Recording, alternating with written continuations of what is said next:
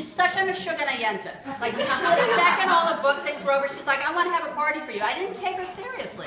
I was like, yeah, whatever. Then 2 weeks later, she's like, I want to have a party for you guys.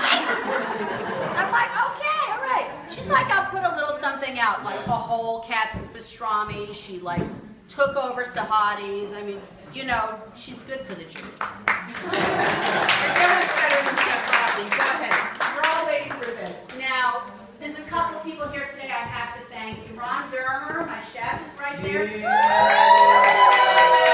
you're eating any of the desserts here today, Ron is your man. Melissa, wherever you are. Melissa, right here. His beautiful wife and soon to be the mother of our official Raging Skillet mascot. There is my girlfriend Lydia here who's filming you all. Nasha's blog will be in this book since November. She signed on for a relationship. And that guy that you never meet, Brent. And Brent. The feminist press, where are you all? Yeah. They're up there. Also, don't anybody leave without buying a book. Because in the end, I'm going to sign it for you and everything. And even if you have one, get it for your ex-lover or your next lover or whatever. Or your new ex-lover. Your new ex-lover. Your soon-to-be ex-lover. So, and also, if you have read the book, then you will notice that there was a hero in a chapter about Hurricane Sandy who happens to be here today, and that's Lavelle. There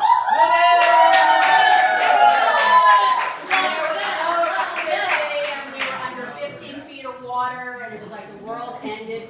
Lavelle showed up and saved me. The man could lift a refrigerator on his head.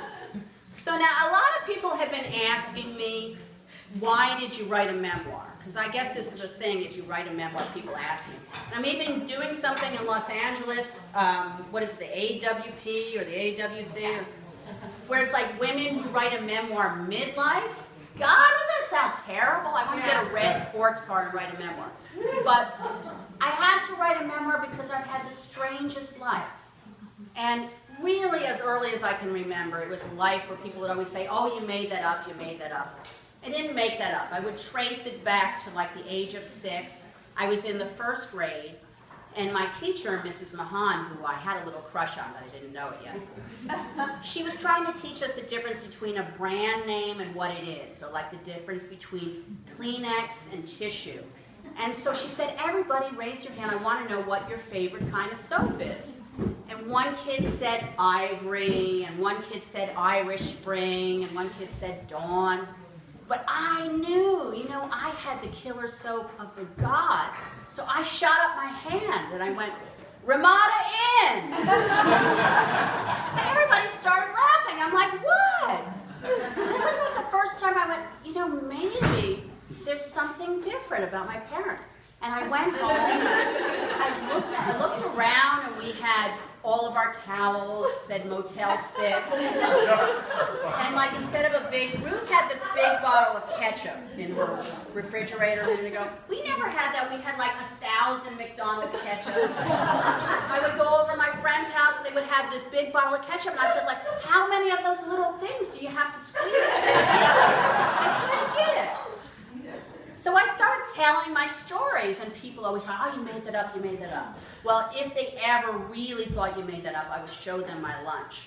So I'm in Rumson, New Jersey now. This is a bunch of Richie Riches, and they would have these beautiful lunches. My mother was doing this kind of do-it-yourself ingenuity lunch. So there would be cheese and bread and a McDonald's mustard packet and a knife. And the idea was that I had to put it all together and make my sandwich. Yeah. Now, first of all, the cheese was something called the cheese end.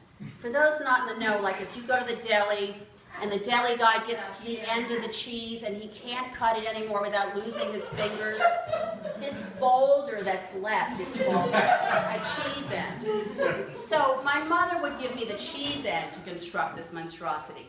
And then, as if that's not bad enough, every item in the lunch was wrapped in a note. So the cheese end would be, have this cheese and know your mother loves you.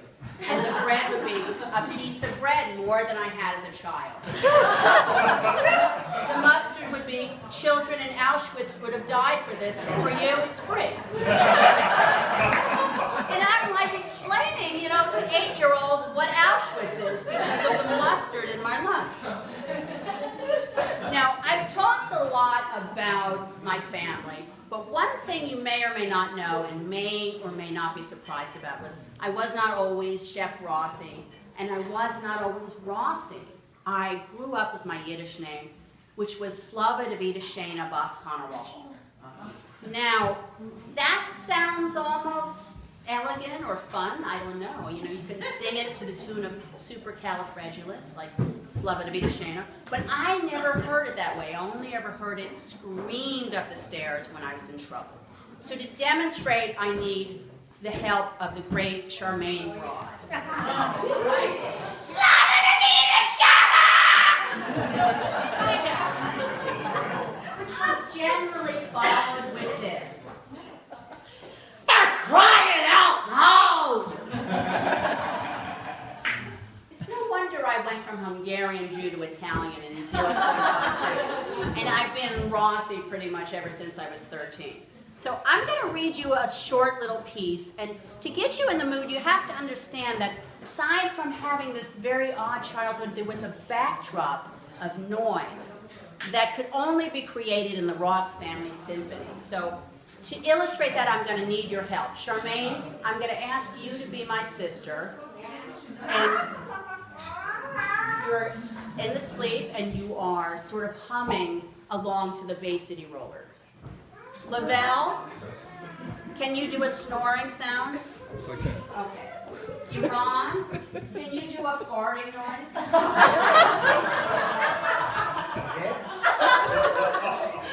Drewski, can you do a sort of whining, I love my mother, I'm a mama's boy? Sure. Okay. So now, Charmaine, let me hear your Lilios. Lavelle? Mom?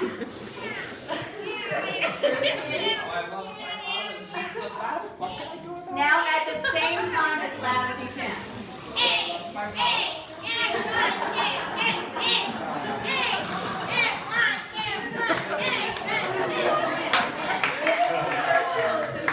That's what it was like growing up in my house. That's what I had to try and sleep through. That is the reason for most of the drugs I did as a younger person. But you really just have to understand that. So I'm going to read you something called Jewish Migration. Now that you have that backdrop in your eardrums. When summer rolled around, it was time for our Jewish migration. Bolting the camper to Dad's pickup, loading it with kids, cutoffs, and enough canned goods to feed Des Moines, we headed down I-95 from South Jersey to North Florida. My folks said the reason for our pilgrimage was to check on their real estate, a cluster of rinky-dink bungalows in a crappy part of town on what was then the Redneck Riviera, Panama City, Florida.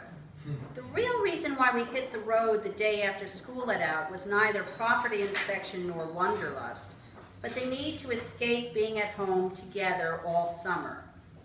I don't know if I-95 really was one long white line leading to the deep south like I picture it. Maybe a few twists and turns happened while I was sleeping. I was indulging in my favorite activity, daydreaming. I daydreamed from Jersey through Delaware and Maryland every June. They were the states that seemed the most forgettable to me then, and, well, now. In my daydreams, I was one of two things, a hero or a rock star. Wasn't a chef. That came later.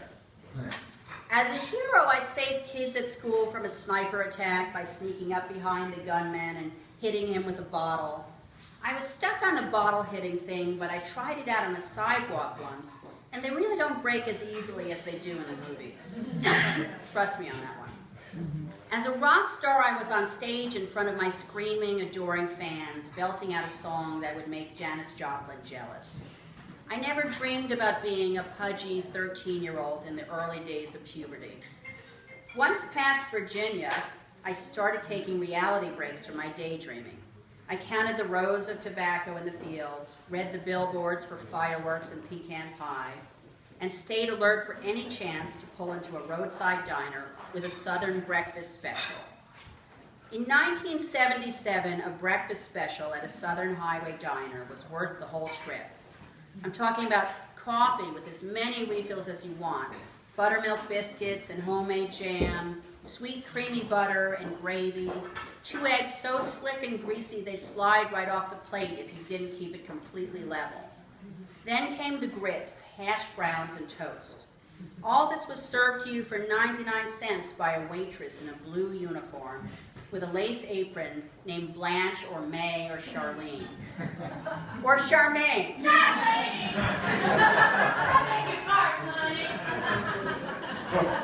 Who wore streaks of frosty green eyeshadow and set her hair up into a bouffant, kept in place by a white doily in the shape of a tiara.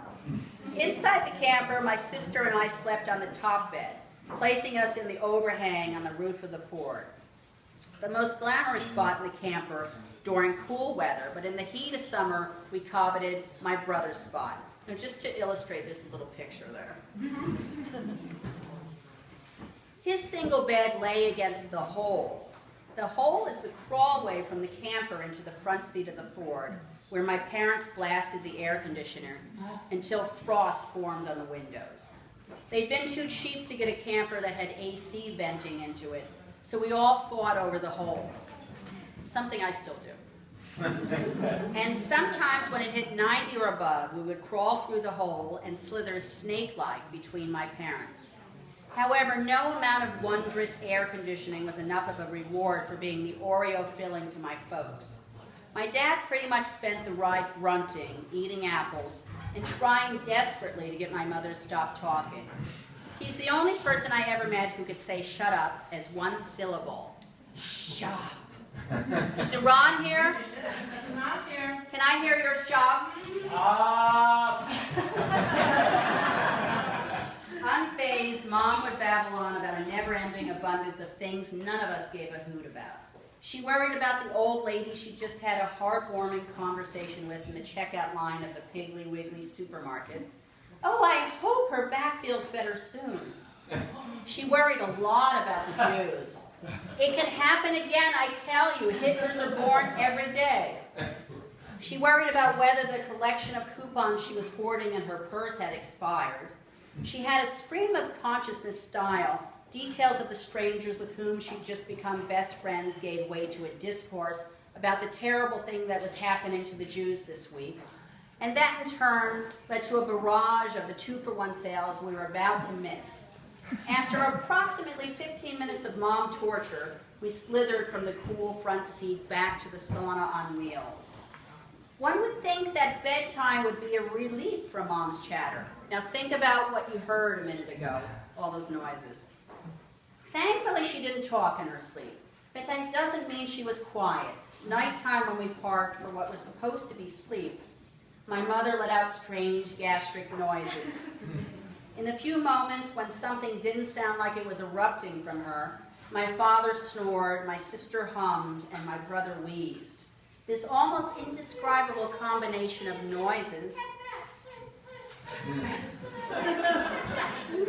Hey, Ron, can I have a fart, please? This made up the Ross family symphony, and there was just no sleeping through it. The entire camper was about the size of my small bedroom at home, and here my family of 5 sweltered the night away. I never slept when we parked, but on extra hot nights, my sister, brother, and I would begin our motel wine a good 2 hours before sleep time. Motel, motel, motel with pool, motel. Charmaine. And if it was hot enough and we whined long enough, it usually worked. Now, my dad liked a good swimming pool, color TV, and AC as much as we did, but he and my mom always held out until the last possible second when we were almost too tired to enjoy these luxuries, because of a notion they fostered that if you pulled into a motel late enough and there were still rooms free, and you paid in cash, you could almost always get one at half price. I never was able to convince them that even though this was usually true, if all you did was pass out without using the pool, the TV, or the ice machine, and were too tired to even roll around the shag rug or try ripping off the candy machine, then who cared if it was half price? In Kidland, this was a lousy deal.